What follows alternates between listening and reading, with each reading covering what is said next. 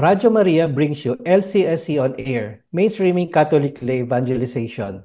Sabay-sabay natin palawakin kung paano kilalanin si Kristo, isabuhay si Kristo, at ipamahagi si Kristo mula sa mga laiko para sa mga laiko. Let us all meet Christ, live Christ, and share Christ. Mga kalakbay, kamusta kayo? Di ba, ang dami natin mga nagdaang mga kalamidad, sunod-sunod. Pero sana kayo ay nasa mabuting kalagayan. Kamakailan lang nagkaroon ng mga lindol, di ba? Sana tayo safe lagi, di ba? Ngayong sa episode natin sa LCSC on Air, pag-uusapan naman natin ngayon sa episode is yung ang title Greater Than Solomon and Jonah, The Call to Total Commitment. Yan ang ating pag-uusapan ngayon. Sa episode natin today, ito isang para kumbaga napakalakas na dating na itong topic natin. Kasi we're reflecting on Jesus' words sa galing to sa Luke chapter 11. To sabi ni Jesus, "This generation is an evil generation," 'di ba? To generation na to, evil generation. Napakalakas ng salita ni Jesus na 'yon. But yet, kung mapapansin nyo, it's very relevant sa atin ngayon, sa mga nangyayari, sa mga ganap ngayong, sa mga panahon ngayon. Kasi 'di ba, we live in a world that have seen so much confusion, 'di ba? Nalilito na tayo. Hindi natin alam kung sinong mali, sino nagsisinungaling, sino nagsasabi ng totoo. Nandiyan na rin yung moral compromise na, 'di ba? Mismong ah, mga nagsisilbi sa simbahan, sila yung mga gumagawa pa ng mga matitinding mga kasalanan in the darkness, 'di ba? Pero syempre, kahit ano man mangyari, meron pa rin hope. Meron pa rin na pag-asa, 'di ba? Kasi God has provided everything na kailangan natin para maibalik tayo sa light na kailangan natin makita dito sa mundo. Ngayon, mga kalakbay, siguro as we go along dito sa ating episode, siguro pwede nyo i-comment dito sa ating comment section sa mga nanonood ng live and sa radyo, pwede natin, or sa ating mga sarili, pwede natin itanong to. Tatanong natin na, do you believe that God can still change the world through ordinary people like you? So, ulitin natin yung tanong do you believe that God can still change the world through ordinary people like you?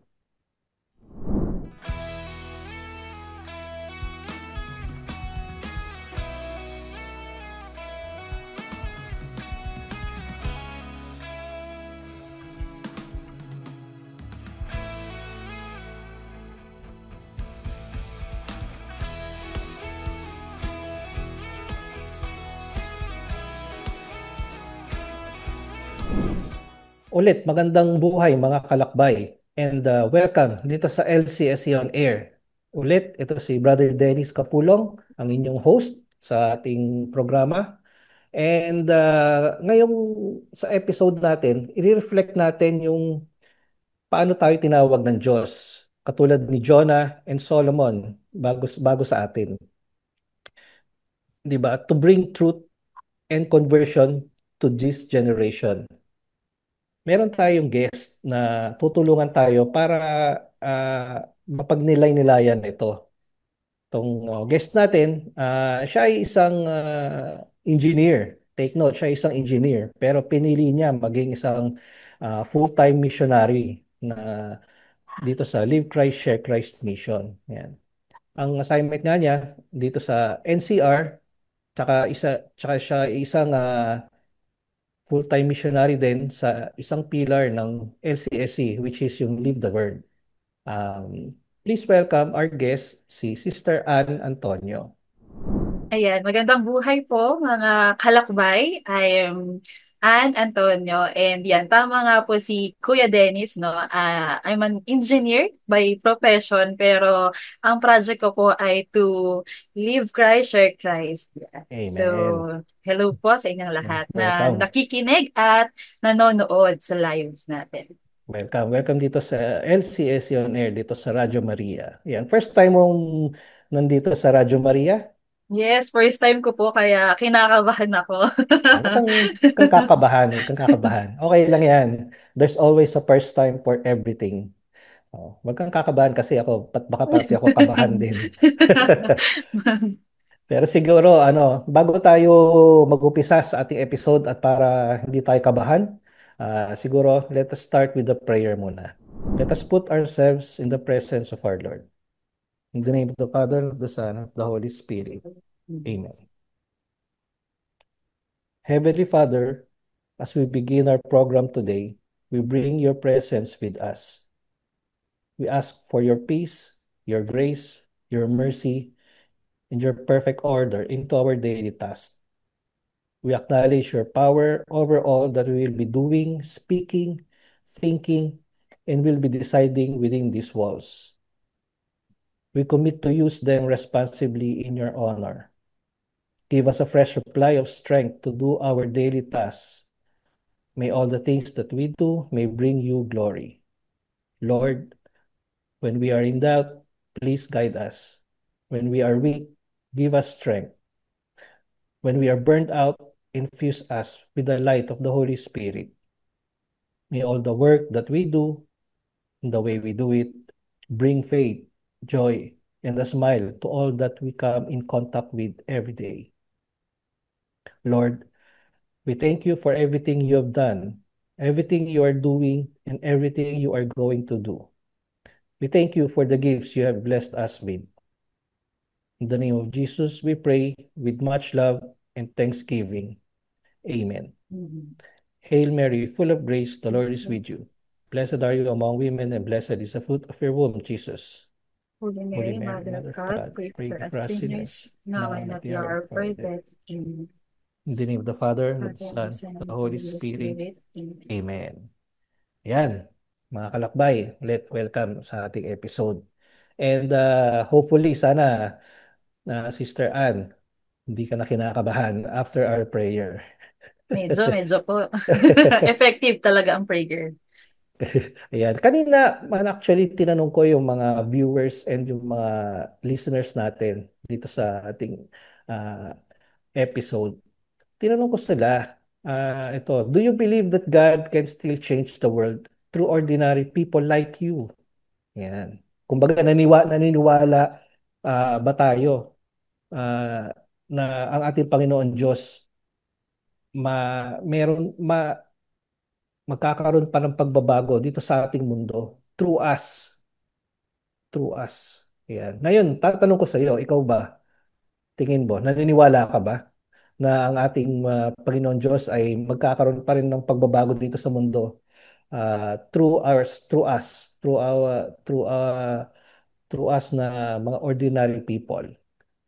Yan, sige. So, thank you po sa tanong na to. So, very powerful nung question na to. But to answer that question, no, I do believe na yes, we can make changes sa mundo na to by the grace of God. And paano natin siya magagawa? It is through showing kung paano tayo mamuhay. Yung, for Mm, example, yung, di ba, in our everyday life na busy lahat ng tao, lahat fast forward, di ba, yung mm, ang dami nating instant sa mundo natin, di ba? yes. So, people are yung mahirap na sana sa atin ngayon nowadays to wait, 'di ba? Yung parang inis na agad yung mga tao kapag konting paghihintay lang ganyan. So, Yes. paano natin siya paano tayo as a ordinary people to make change by siguro yung simpleng bagay lang eh. For example, yung sa umaga lang to greet everyone a good morning, lalo na sa trabaho, 'di ba? Yung mag-smile ka, 'di ba? Yung sa mga katrabaho mo, yung hindi Mm, makikita ka, nakasimangot ka na agad, yung parang Yes. pinagbagsakan ka yung tinatawag na langit at lupa, di ba? Parang Yung spreading parang, the good vibes, parang oo, ganun. yung gano'n. Yung in simple ways, we can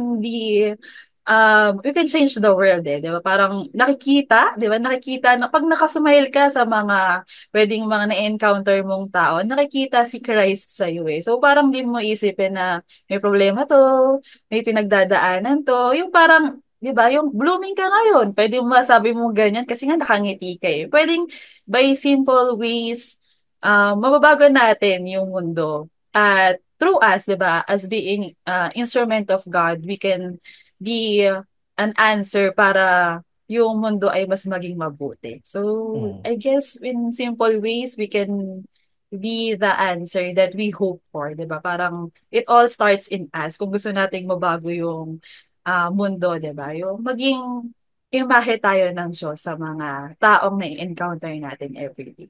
So, I Yes. guess yun Mm. lang. Oo, ako agree din ako diyan eh.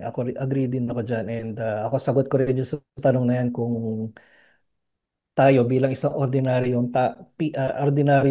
mamamayan, ah pwede tayo maging isang source of change, isang source of inspiration, 'di ba?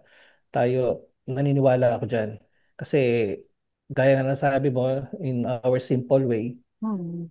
spreading the good vibes, umaga-umaga, 'di ba? Halimbawa, ako kasi pinagluluto ko ng almusal yung mga anak ko. Gigising ka, syempre dapat masarap ang almusal nila para Hmm. they start na masarap din yung pakakainin nila. Yan, mga tipong ganyan. Tapos hindi ka magiging source of stress. Tama yan, tama yung ganyan. Positive ang ating ibibigay Hmm. na vibe sa mga taong nasa paligid natin, 'di ba? Yan. And also isang ano rin diyan ah, isang way din diyan bilang sa ating pag-evangelize, especially uh, doon sa ating mga kapwa. And katulad ng sinasabi ko rin sa ating, halimbawa pag nag-talk ako sa Life with Christ seminar, yung as much as possible yung makita si Jesus sa atin, di ba? Hmm. Hindi Totoo. yung tayo yung magiging hindi makikita tayo as tayo yung source of evil, di ba? Stress o source of Oo, stress. yun, yung ganun. Actually, yun, sa ating topic nga ngayon, di ba? Di ba yung signs of times na in darkness, the call to repentance.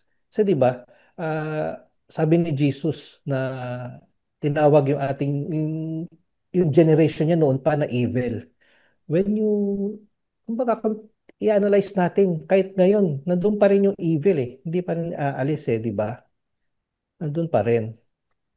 Which is, lalo ngayon, sa panahon ngayon, um, ang daming kasamaan na nangyayari na I believe nangyayari noon pa. Ngayon lang talaga na-expose yung mga yan. Ang dami nang galit. Ito sa ako na yan. Gusto pa nga ng ibang politiko. When we speak of that, nandun yung sabi daw mag-resign na lang lahat. Parang Hmm. parang mag-reset, di ba? Which is ako actually, to be honest, naisip ko rin yun eh. Kasi nakikita ko na yung ganyan, yung moral corruption, yung evil na nangyayari. Sabi ko, bakit kaya hindi pag-resign lahat tapos kumbaga kasi dahil ako ang profession, by profession sa computer, no? So sinasabi ko, bakit hindi na lang i-reformat lahat, di ba? Ba't hindi na lang i-reformat yung buong bansa para we start clean, di ba? Yung mga ganyan. Kaya yun din ang pero mahirap pangyari yun. Hindi basta-basta yun. Ikaw ba, ano bang masasabi mo tungkol doon? And what do you think of the signs na yung evil generation na yung parang kinakaharap na yun? Yan. So, tama naman talaga, no? If we are being familiar sa kung ano yung nangyayari sa mundo ngayon, kung updated tayo, di ba, sa di na lang ako lalayo dito sa Pilipinas, di ba, mainit na topic yung about sa politics, 'di ba? So, makikita talaga at nakakalungkot syempre bilang Pilipino tayo na may ganong evil deeds, 'di ba? Yes. Pero yun yung reality ngayon na sobrang yung mga tao ay talagang makamundo na. Yung makikita mo na their hearts are being away from God na even na pumupunta ako sa mga iba't ibang missions doing Mm. and proclaiming God sa mga schools, sa mga parishes that I encounter na grabe no, totoong totoo na yung evil generation ay kita na. And we encounter na paano like there are situations na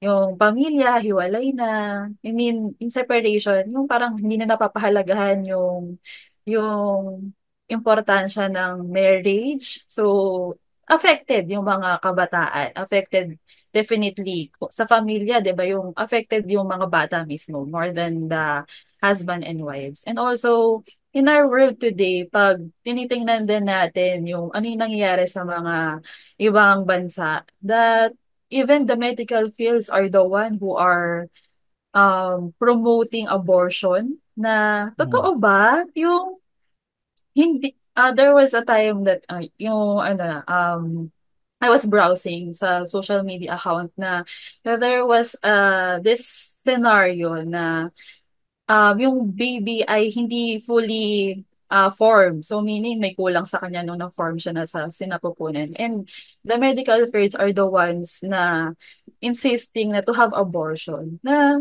totoo ba? I mean, sino yung totoo? Sino yung may tamang konsensya? May konsensya na nga lang, di ba? Sino yung may konsensya na gusto mong patayin yung buhay, di ba? Yung Mm. ganong generation na yung kinakalagyan natin ngayon about Oo.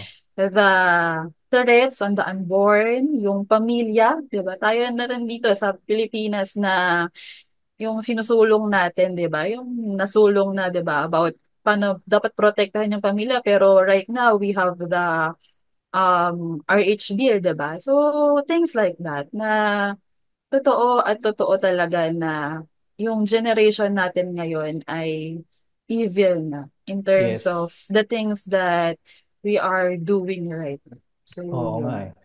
Oo nga, meron din ako nakita eh, ano eh, parang abortion daw is a healthcare. Yeah, ganyan na yung Ah, mga yun yung tinuturo ng mga ah, buti na tao. lang, buti na lang na-cancel yun, yung parang forum na yun, Mm. di ba? Tapos ngayon, ito, tatanong ko, ano ba yung mga lessons na pwede nating i-draw from the story of Jonah and Nineveh? And how does it mirror our world today? Yan. So kung i-check natin the story of Jonah, 'di ba? Jonah was a prophet that time in the Old Testament at siya yung sinabihan ni God na o Jonah, pumunta ka dito sa Nineveh para pagsabihan yung mga taga Nineveh na magsisi to repent dahil sa mga ginagawa nilang evil deeds na. So um pwedeng maging lesson natin for that story was everyone are being called by God. Kahit sino pwedeng piliin ng Diyos na tawagin na maging instrumento for us to proclaim Mm. His salvation, di ba? Yung hindi lang, walang pinipili yung Diyos. Pag tinatawag niya. You just have to say yes to the call that God has entrusted to you. So, Mm. and to the Nineveh na kung check nyo yung story ng Nineveh na yung when they hear the message na binigay ni God through Jonah, they repent. They sincerely repented na, oo, no, yung mga kasalanan namin sobrang sama na talaga, sobrang evil na talaga ng mga ginagawa. And they repented sa mga ginawa nila. And yung openness, when you hear the word of God, yung pagtanggap na totoo yung salvation, totoo na mahal tayo ng Diyos, kaya gusto na tayong mapabuti instead of living na walang pakialam, living in our sins that we do. So, I Oo. guess that's the lesson that we can pick from that story.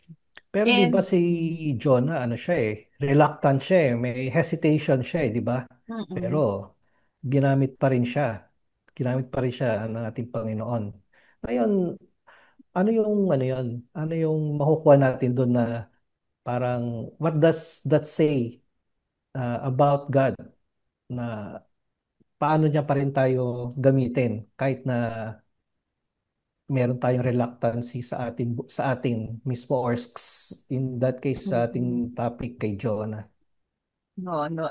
Totoo naman yan na pag tinawag, di ba, parang yung question was, bakit ako? Bakit di na lang siya? Ba't di na lang ito? Kasi mas magaling to, mas maayos siya, di ba? So, things like that. But, yung katulad ni Jonah, na reluctant siya in a way na alam niya na hindi gagawin ni God yung sinasabi na pagsira sa Nineveh. But then, God still uses Jonah, 'di ba, as an instrument for Mm, the salvation of Nineveh. mm. Yung para yung ano yung reality na any one of us can be called na Yes. yung kahit ano pang reluctance mo, kung ikaw talaga yung tinatawag ng Diyos, ikaw talaga yung gagamitin at gagamitin.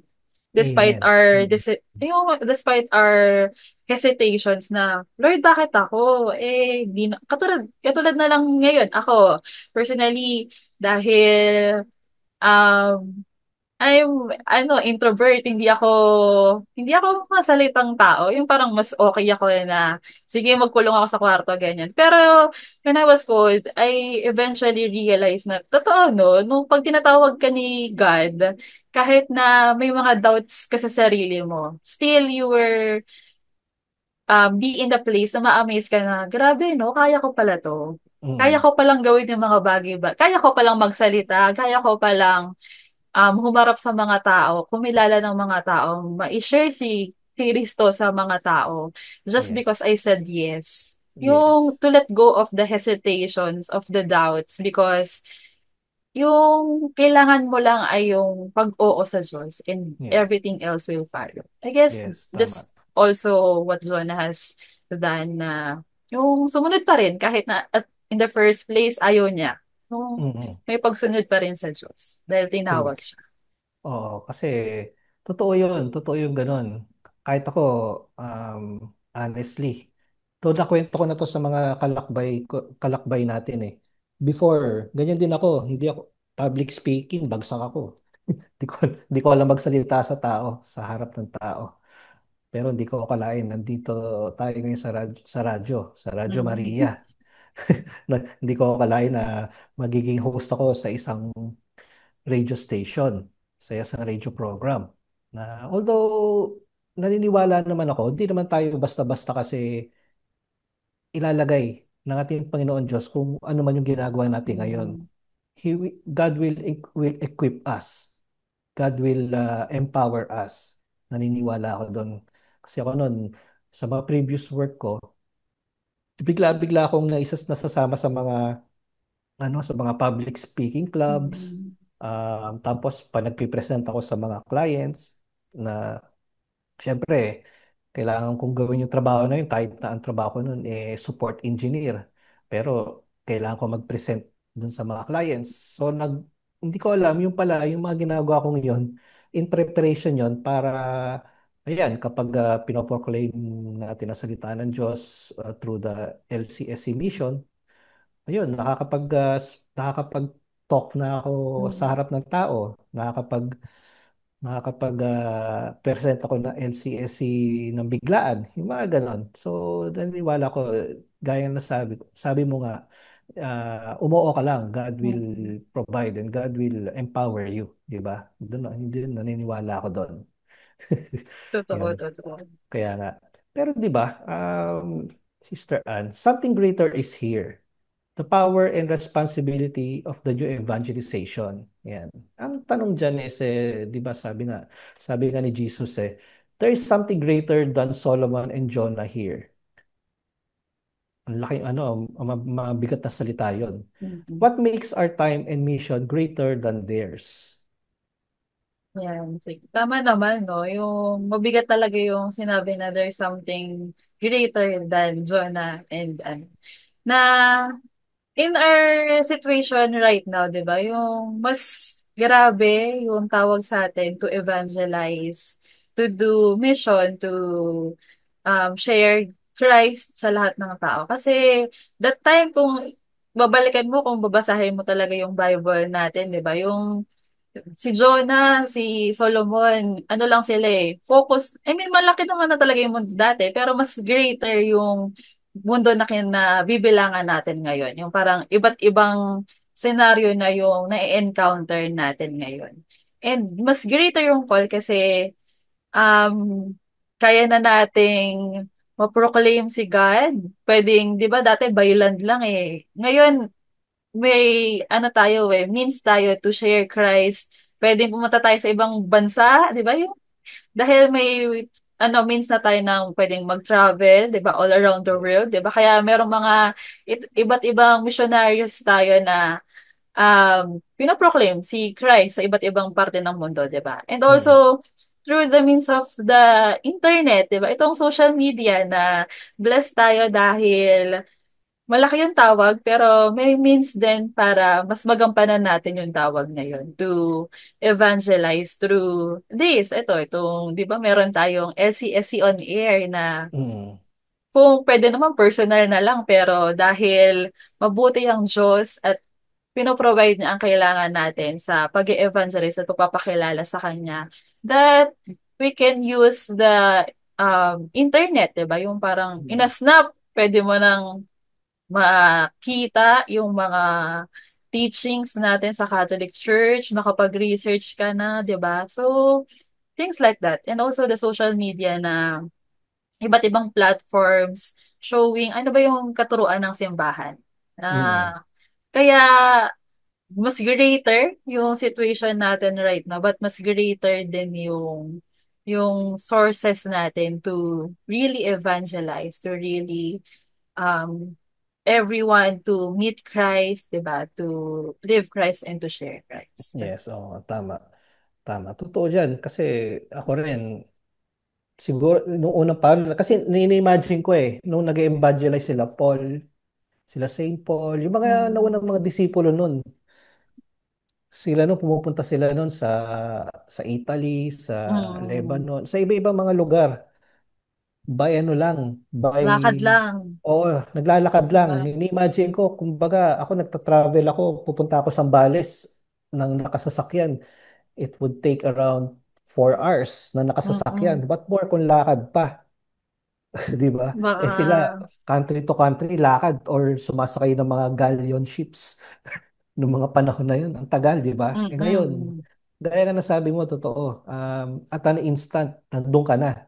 Kahit na Nandoon. nandito tayo sa mga kinalulugaran natin sa Pilipinas, pwede tayo yan, pwede tayong gumawa ng isang forum para mag-evangelize para sa ating Panginoon, di ba? Yun ang, although syempre mahirap in a sense, kasi nga gaya na nasabi mo rin kanina, yung mga tao ngayon, yung attention span nila, gusto nila at an instant, nandyan na. So, lalo yung pag nagpipresent ka, tumagal lang ng 20 minutes, siguro mabobore na sila, ayaw na nila makinig. Totoo, totoo. Di ba? May mga ganon. Pero that time doon, imagine ko nga, lalo nung si Saint Peter, nung first time niyang pinroclaim ang salita ng Diyos na 3,000 ang 3,000 ang nakarinig at na-evangelize niya. Evangelize. Galing, di ba? Parang isipin mo mukhang imposible pero posible, Possible. di Totoo ba? naman. Kaya galing, di ba? Pero ngayon, tanong ko din sa iyo, do you see signs that yung ating simbahan ngayon nagre-respond dun sa greater call na yon? Maybe through movements, through young missionaries, or through lay evangelizers? Yes, no. Totoo naman talaga na yung Katolikong simbahan ay responding to the greater call na yan, meron tayong iba't ibang mga movements. Diba katulad na lang tong Live Christ, Share Christ movement, diba? Na Mm. posible talaga to respond to the call of evangelization. And ito, yung mga misyonaryo na ako, sino ba naman mag-aakala na from engineer, di ba? Yung biglang tatawagin ng Diyos to be a missionary. So, even us, di ba? Yung pang lay people na kayang-kaya mag-evangelize in our, even in our simple ways na posible talaga that, Mm, at totoo naman talaga, relevant na tumatawag or sumasagot yung simbahan to this greater call that we have, mm, right? mm. Siya, tama. I agree with that. So, bago tayo mag-break, Ate Ann, pwede kita tawagin Ate Ann. Yes, Ayan, yes. meron tayong key takeaways dyan sa ating mga napag-usapan.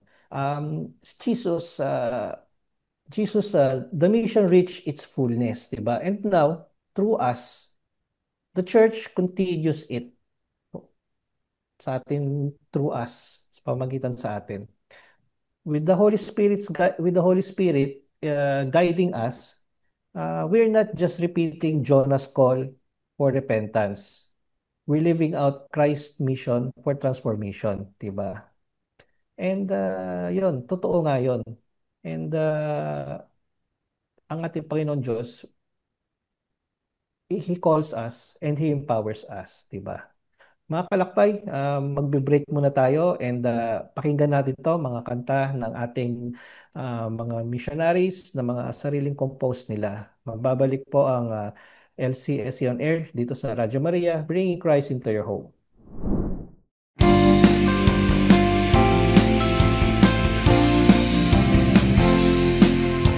The journey we call life begins in our family's embrace. We learn to see both losses and wins as symbols of His grace.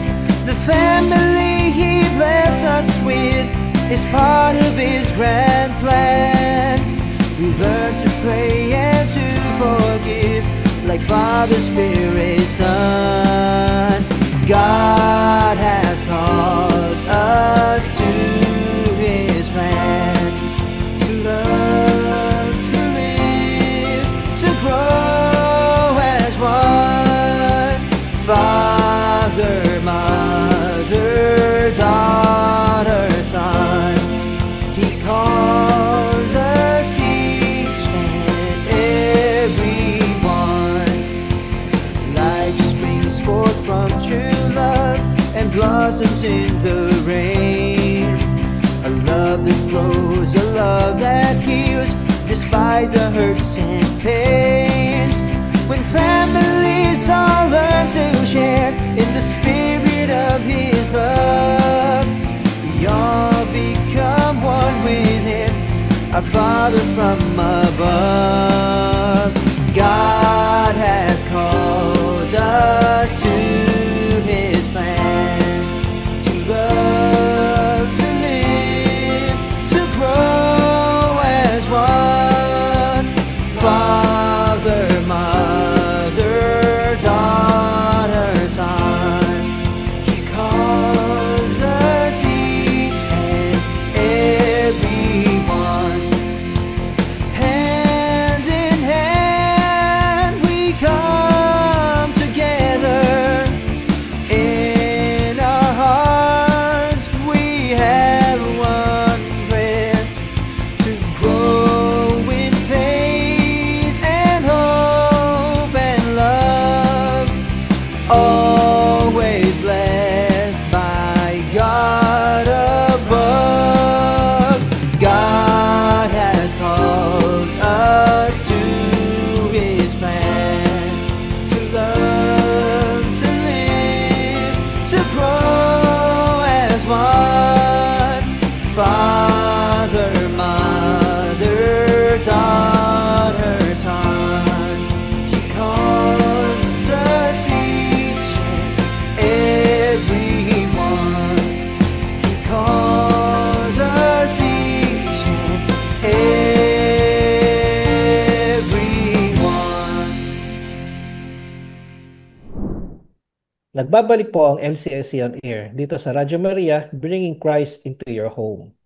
Ayan, mga kalakbay, thank you again sa pag subaybay at pagsali dito sa ating episode. Sa mga ngayon lang nakapanayam, ewan ko ba bakit pag nandito ako sa radyo napapatagalog ako ng malalim. Pero ang ating episode ngayon, ang pinag-uusapan natin is ito po, yung Greater Than Solomon and Jonah, The Call to Total Commitment. Yan. Yan po dahil na pinag-uusapan natin ang tao, um, nagiging reluctant, tapos ina-assign ng Diyos para mag-serve. Hirap, di ba? Ngayon naman, siguro, in effect to that, ano naman dapat natin gawin? Ano ba dapat natin gawin? Siyempre, dapat tayo magkaroon tayo ng total commitment. Diba? Total commitment. Living Christ and sharing Christ. Ngayon, ano ba to? Um, Napag-usapan na natin na ang ating Panginoon Diyos, binigay niya na ang lahat sa atin. Kanya, ang lahat ng blessings, pangailangan, empowerment. Kaya nang kinikwento ko kanina, ako, in-empower niya ako para makapagsalita ngayon dito sa radyo. Binigay ng ating Panginoon Diyos yung kanyang Holy Spirit, yung kanyang simbahan, yung kanyang wisdom. But ano yung laging nawawala? Ano yung laging missing? Is ano ba? Yung commitment natin, di ba?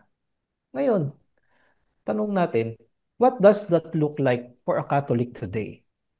Ayan, sige. So, tama naman, no, na ang dami pong mga binigay yung Diyos sa atin to do the evangelization para mapakilala siya sa mga tao, para mas lumalim pa yung relationship ng mga tao sa Diyos. But I guess the world and even the Catholics today, yung kulang sa mga Katoliko ngayon ay yung to commit. Yung commitment na ibigay yung sarili sa Diyos, ibigay yung lahat-lahat sa Diyos. First and foremost, yung commitment in terms of the priorities, 'di ba? Yung priority ng pagpili kung pamilya muna o si God, 'di ba? Yung parang may mga instances na tinatawag ka to do the mission, tinatawag ka to evangelize, to share Christ. Pero yung magiging rason mo na mas kailangan ako ng pamilya ko. Mas priority ko yung pamilya ko ngayon. So, yun yung, I guess, isa dun sa hindrance para makapag-commit ka fully kay God to really say yes to the mission that God has entrusted to us. Yung mas hold on tayo doon sa family matters. Ganyan. Yung parang, ano yung mas pipiliin mo na lang na, hindi, di ba kasi family first, ganyan. Ito din, regalo din ng Diyos. Pero, I believe na mahal din ng Diyos yung mga pamilya natin. Kaya, kailangan lang ay yung commitment natin to say yes to Him. And si God yung bahala sa pamilya natin kung yun yung unang magiging hindrance for us to fully commit to Him. Kung yung pamilya natin, yung iniisip natin para hindi umoo sa tawag ng Diyos, gagawa at gagawa ng paraan yung Diyos para sa atin. Paano ko nasabi? Dahil I personally encountered that situation na parang, Lord, missionary na ako nito. Tapos, there was this engagement na sabay sa birthday ng mama ko. So, Mm, parang, la shucks, ganyan. I mean, alam mo naman na sa pamilya ko na, na misyonaryo ako, lagi ako nawawala, yung may mga mm, events na, yung minsan talaga hindi ako nakakasama, ganyan. Pero ito mm, talaga, parang sabi ko na, mawala ako sa birthday mo, ganyan, kasi mayroon akong natapat na mission sa malayo. Tapos, parang, noong una, parang, okay, all set, sige, ganyan. Tapos biglang parang day before the celebration ng birthday ng mama ko, parang ayun niya nang ayun niya nang mm, mag celebrate, parang sabi niya, tsaka na lang, ganyan. mm, Kumbaga, ayaw niya na, ganyan. So parang ako, paano? Papakonsensya. Oo, parang paano? Paano ko gagawin? Shucks, eh, kasi naka-oo na ako sa mission, ganyan. Kasi yun naman talaga yung gagawin ko talaga. Tapos, eventually, ano eh, yung God really do wonders kapag umuo ka sa Kanya na nakapag-mission ako, pero at the same time, I was able to celebrate my mom's birthday. So, Mm, malayo yung mission na pinuntahan ko, pero ano eh, gumawa ng paraan yung Diyos na magawa ko yung mission, tapos nag-provide si God ng someone to allow me na makapunta ba din sa celebration. So, from naalala ko yun, yung Bulacan yung mission ko na yun. Tapos, mm, plan ko lang sana ay mag-commute. So, mm, balik na mm. lang ako kinabukasan dun sa mission na yun. Kasi dinner yung celebration ng birthday ng mama ko. Tapos, galing lang ni Lord na, sige, merong sakta na may uuwi na na isang nagkasama din sa mission. So, sumabay ako. Tapos parang, grabe, no? Yung talaga. Para Kapag, in-arrange niya yung yung Panginoon. parang kapag sumasagot ka lang talaga, yung talang fully commit yourself to the Lord, magiging, magiging fully polish yung mga bagay-bagay na you will never imagine na pwedeng mangyari kung Mm, oo ka lang. I guess yun yes. yung sa part ng sa family na there are times na feeling natin yung hindi ka makapag-commit kasi iniisip mo yung pamilya mo, pero gagawa at gagawa ng paraan yung Diyos Yes. to do the mission that you entrusted. Kung kaya mong unahin talaga, yung talagang total commitment in um, prioritizing God more Mm, than anything else. Yun yung sa yes. family, I guess.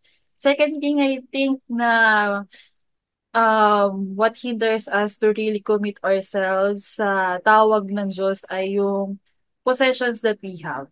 Right now, iba talaga yung trend na kilala ka, respected ka, yung maraming papansin sa'yo. Kumbaga, status symbol kapag marami kang possessions, di ba kapag meron kang latest ngayon na, na phone, o kaya, um, yung possession in terms of the work na ang dami mong na-attain na mga highest position, di ba? So, I guess yun yung isa din na naghihinder sa atin to fully commit to the Lord, yung possessions that we have na Mm, di na lang, I mean, di ko ma-fully commit yung sarili ko kasi mas priority ko tong trabaho, mas priority mm. ko tong yung possession na meron ako. But Oo. then, Come to, yung at the end, ang lahat ng ito, lahat ng meron tayo, galing din talaga kay Lord. So, oo. may we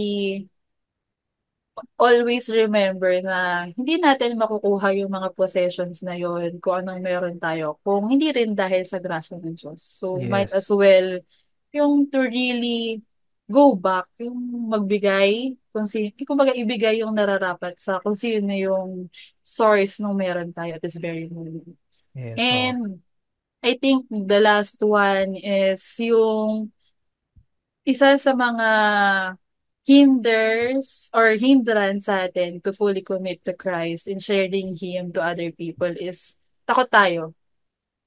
Takot tayong makita ng tao na, grabe to, oh, feeling perfect, hindi naman. Ganyan yung parang ayaw natin na mag-suffer, ayaw natin na ma-judge ng ibang tao dahil sinasabi natin kung ano yung totoo.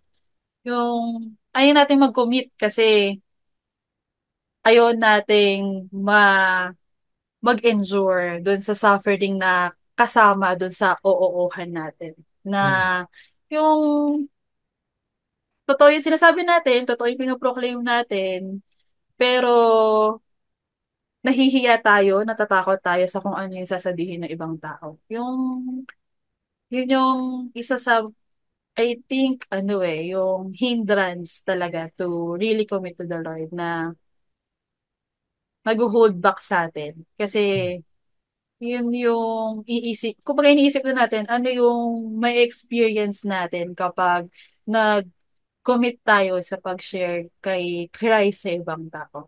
I guess that's the thing na, those are the things na, hindrance para umoo sa Diyos. Mm. Oo, totoo yan. And syempre, ako rin, makaka-relate din ako dyan sa sinasabi mo. Kasi di ba, kumbaga, merong mga instances to, kumbaga, pag wala kang trabaho, dadasal ka sa Panginoon Diyos, magkatrabaho ka. Tapos pagka nagkatrabaho ka, Mm. Wala na. wala na. Hindi ka Kalimutan na mo na si magsuserve. God. Totoo, totoo. Nakalimutan mo na. Di ba? Oo, God, pahingin naman ng blessings na ganito, ganyan. Kwan, nung wala ka, andun yun. Naalala mo si God. Sabay nung binigyan ka ni God ng siksik, liglig, umaapaw na grasya, na blessings, nakalimutan mo na siya, di ba? Sana wag ganon. Sana Mm. maging means pa yon para ikaw na maging blessing sa iba, di ba? Na maging way yon para maging ma-share mo, ma-live out mo, and ma-share mo si Christ with sa pamagitan ng mga blessings na binibigay niya, di ba? Ganun yung mga yon. Ngayon, meron akong isa pang tanong na isang yung how do living total commitment become a witness that draw us to Christ? And how do we remain faithful amid suffering or persecution? Kumbaga, yun pag nagsaserve tayo sa ating Panginoon Diyos, hindi naman hindi naman madali yan lalo ka pa nga mahihirapan dyan. Actually Ngayon, sa atin, sa ginagawa natin, how do we remain faithful? Ikaw, how do you remain faithful sa iyong commitment? Paano magiging patuloy na committed kay Christ in doing the mission that He has entrusted to me? Malaking bagay talaga yung pagdadasal, yung paghingi ng grasya sa Diyos na Mm. araw-araw bigyan ako ng lakas na umuo at patuloy na tumugon sa tawag. Kasi parang ano ang thinking ng iba, kapag malapit ka kay Christ, wala ka na, ay, mas smooth sailing. Pero dahil nga, mas malapit ka sa Diyos, so mas, yung kabaliktaran yun, mga nangyayari, na mas marami kang may encounter na difficulties, at parang maka-question mo, bakit ganun? Bakit ito malayo naman to kay Christ, pero parang smooth sailing pa yung buhay. Parang, ba't ako patuloy na tumutugon? Pero, yung gano'n, yung mga ganong situations that mapapatanong ka talaga at matitest yung faithfulness mo kay God. Pero, at the end, ano pa din yung magiging grateful ka pa din na patuloy kang tinatawag ng Diyos na mas malapit sa Kanya. Patuloy kang tinatawag na maging instrumento para mapakilala mo siya sa ibang tao. And yung pagiging faithful na yung mas kumapit kasi at the end of the day, marirealize mo wala ka naman talagang ibang kakapitan kundi siya at siya lang. Yung may Mm. mga instances ako na missionary na ako tapos sabay na may problema sa personal, may problema sa pamilya. Tapos parang mapapa-question na wag ko na lang kaya itong ituloy. Paano ko magiging misyonaryo ng Diyos kung ako mismo hindi ko maging kung ako mismo hindi ako misyonaryo sa sarili kong pamilya, sa sarili kong buhay. Pero at the end, ano pa din yung you hope, you trust na sagot ka ng Diyos dahil umuo ka sa Kanya.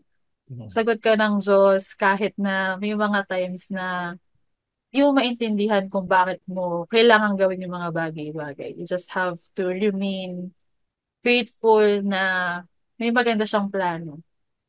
Kaya pinapa-experience niya yung mga bagay-bagay.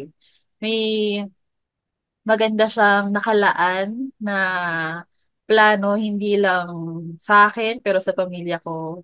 Kaya may suffering, kaya may hardship at the same time way din 'yun para mapatatag pa yung relationship sa Diyos na galing no. I mean pag na-realize na parang sa lahat ng mga experiences ko na parang mga may sufferings, um, may mga trials na hindi ko magagawa to kung hindi ako kumapit sa Diyos eh. I mean, Mm. ganun. Yung ganung thinking na, grabe no, solid yung experience, solid yung mga pinagdaan ng suffering, pero naitawid Mm. dahil sa grasya ng Diyos. Naitawid Mm. dahil hindi ako binitawan ng Diyos. Naitawid dahil sa patuloy na kumapit sa Diyos kahit na mahirap. Yung Mm. ano lang talaga, patuloy na paghingi ng grasya ng Diyos na maging committed sa Kanya. Kasi never naman nagpabaya yung Diyos sa mga taong pinatawag niya na tumulong sa tao. I guess Ayan. that's the answer. Amen, amen. Diba? Ano yun? Very challenging, di ba? Very challenging yung nagko-commit sa ating Panginoon Diyos na, totoo yung sinabi mo. The more you commit to God, the more na trials, andyan yan. Um, Hindi pa man natapos yung araw, may trials ka na Mm. iniisip kinabukasan. Ganun, Totoo. ganun kalala. But I guess, naniniwala rin ako doon na hindi naman tayo bibigyan ng ganun trials, ganun challenge kung hindi natin kayang ano yon Masolve, overcome. ma-solve, malampasan, ma-overcome, and naniniwala din ako, I guess ikaw din, naniniwala ka rin, yung mga challenges, trials na yan, yan yung yan yung way ng ating Panginoon na para turuan tayong malampasan yung mga trials na yon, yung mga challenges na yon, di ba? Nang yun nga, kasi ang Panginoon Diyos, para mahalin siya, hindi siya walang comfort walang comfort zone. Um, the more na mahirapan ka, pero parang nagiging worth it yung pag na-overcome mo yung mga trials na yon, 'di ba? Mm. Yun ang ano doon. Yun ang importante doon, yun ang gustong iparamdam sa atin ating Panginoon Diyos, 'di ba? Ayun. So, ayun nga, Sister Ann, napakabilis ng oras natin. Marami pa sana tayong gustong pag-usapan kaso um, parang napakaikli na isang oras natin, 'di ba? And siguro yun nga lang, just to summarize lang yung ating mga napag-usapan. Again, um, tayo bilang ah, isang lay na nag-serve sa ating Panginoon, na nagkakaroon tayo ng doubts, but we believe na binibigyan niya tayo ng lakas, binibigyan niya tayo ng empowerment, binibigyan niya tayo ng grasya para malampasan ang mga pagsubok as long as we are committed to do what we have to do for God. Amen. Amen to that. Amen. Ayun. Ano ba? Meron ka pa bang gustong parang parting message sa ating mga sa ating sa Mga ating mga kalakbay. kalakbay? Ayan, sige. So, siguro to a short message lang sa mga kalakbay natin na lahat naman tayo tinatawag ng Diyos para maging instrumento para makilala pa siya ng ibang tao. At higit sa lahat ng mga taong hindi pa siya nakakilala. So, huwag tayong matakot to say yes to Him. Kasi definitely, malaking bagay yung pag-oo natin. At wag, kapag umuo na tayo sa kanya, yung wag din tayong matakot na sabihin yung kung ano yung totoo, 'di ba? Parang pwede kasi na umuo ka pero may mga hindrances pa din sa pag-oo mo sa habang nasa stage ka ng pag-commit mo na wag kumbaga tapangan dahil yung tapang na meron tayo ay galing sa Diyos na yung katotohanan, yung dala-dala natin, yung katotohanan at pagmamahal na mula sa Diyos. So, kung kailangang sabihin yung totoo, kahit na may persecution, kahit na may pangbabash or judgment coming from others, tanggapin natin kasi eventually marirealize din ng tao na yon or ng mga tao na yon na yung gusto lang natin ay mapalapit sila sa Diyos, makilala nila yung Diyos na mahal tayo. At the end, di ba, yung goal naman talaga natin, kaya tayo nandito, is to be with Him sa heaven, di ba? So, Yes. yung tapangan lang, tapangan sa pag-oo, tapangan sa pagtugon sa Diyos, at tapangan sa pagiging tagasunod ng Diyos, na wag mag wag wag matakot na ibahagi si Kristo sa lahat ng tao. So, Mm. yun lang. And I guess yun, yung gusto ko lang sabihin na mahal tayo ng Diyos at lahat tayo ay tinatawag para mas maging malapit pa sa Kanya. Amen. Amen to that. Salamat, salamat Ate Ann sa Thank you din. Thank you. invitation namin. And mga kalakbay, as we end our episode, una, let's go back to the message of Jesus. Something greater than Solomon and Jonah is here. God has already given us everything. His wisdom, His message, His spirit. The only thing left for us to say is yes and live that yes every day. Gaya nga nasabi ni Ate Ann. Mga kalakbay, God can do so much with a heart that's ready and willing. Like Jonah, you might feel unworthy. Like Solomon, you might feel inadequate. But God's power is perfected in our obedience. Let's be those who not only live Christ, but truly share Christ. Because this generation needs not just words, but witnesses. Amen. Mhm. Ayun, salamat mga kalakbay. And I invite you, Ate Ann, para sa ating closing prayer. And after that, ating mga social media pages. Father, the Son, the Holy Spirit. Amen. Lord, thank you for today. Thank you for this encounter with you, Lord God. And thank you, Lord, for this opportunity to share you sa mga nakikinig sa LCSC On Air at sa mga manonood, mga kalakbay sa LCSC On Air. Lord, dasal ko, Lord, na patuloy na gamitin mo itong LCSC On Air as your means para mas makilala ka pa ng mga tao, mas mamahal ka pa ng mga tao, at mas ma-encounter ka pa to live Christ and to share Christ. And I also lift up to you, Lord, yung mga nakikinig, nanonood sa amin at this very moment, na yung mensahe mo ay may isa puso nila, at hindi lang may isa puso but to live out the message that you have given to them, Lord God. And patuloy mong i-bless yung mga tao at maging biyaya rin sila sa lahat ng mga may encounter pa nila. So that magawa yung mission na binigay mo sa amin to let you known sa lahat ng mundo, lahat ng panig ng mundo, at sa lahat ng mga tao. And to live Christ in our lives. All of this, we ask your mighty name. Amen. Mama Amen. Mary, may you continue to intercede sa dasal namin sa iyong anak na si Jesus. As we pray, Hail Mary, full of grace, the Lord is with you. Blessed are you among women, and blessed is the fruit of thy womb, Jesus. Holy Holy Mary, Mary, Mother of Mother God, of God, pray pray for for us us sinners, sinners, now and at now the and at hour the of hour our of our death. death. Amen.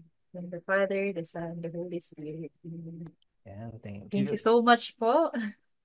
Sa ating mga susunod na episode, patuloy po natin pag-usapan on paano gawin ang new evangelization, lalo na ngayon sa trying times na to di sa ating henerasyon. And maraming salamat po ulit for joining. And again, Ate Ann, pwedeng paki-invite ang ating mga kalakbay, yung ating mga social media pages. Iniimbitahan ko po ang lahat na yan, please do like and follow our LCSC page, like and follow our different pillars na meron, yung mga pillars po ng LCSC. So, meron po mga pages yung mga yon, at please do like and follow kasi meron po maraming mga pwede kayong matutunan as you follow those pages. And also, help us to share this mission, yan, yung LCSC sa mga um, mission, yan, sa mga parishes kung saan kayo belong, 'di ba? So para hindi natatapos dito lang yung mission na maipakilala si Kristo sa lahat ng tao, but sa kabutihan na mas spread pa siya, yung salita niya, 'di ba? So sana po ma-promote nyo din po kami sa mga kakilala nyo, 'di ba? Maraming dulot talaga kapag nakakuwento yung itong mga social media platforms natin. And also, we would like to share yung yung merchandise natin. So marami pong merchandise si LCSC. So sana po ay suportahan niyo po. Yan, marami pong mga pwedeng mabili yan sa LCSC um na merch natin. Yan. And also, if you like to support the LCSC mission financially, or pwede rin na gusto nyo yan, maging isa sa mga to do the mission, yan, pwedeng mag-reach out po kayo yan sa mga social media pages namin para sa donation yan. So, yun lang po. And yan, God bless us all po. Ayan, thank you. And Kalakbay, again, thank you for joining us sa ating episode sa araw na ito, and hope to see you again on our next episode. Magandang gabi, magandang buhay po.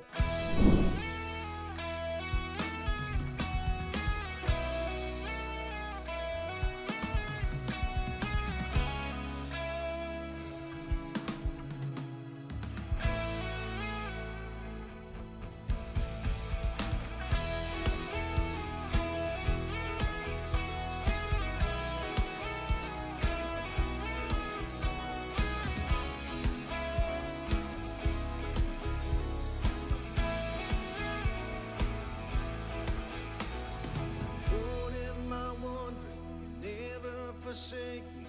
You always remind me to trust and remember your name. 'Cause you never change.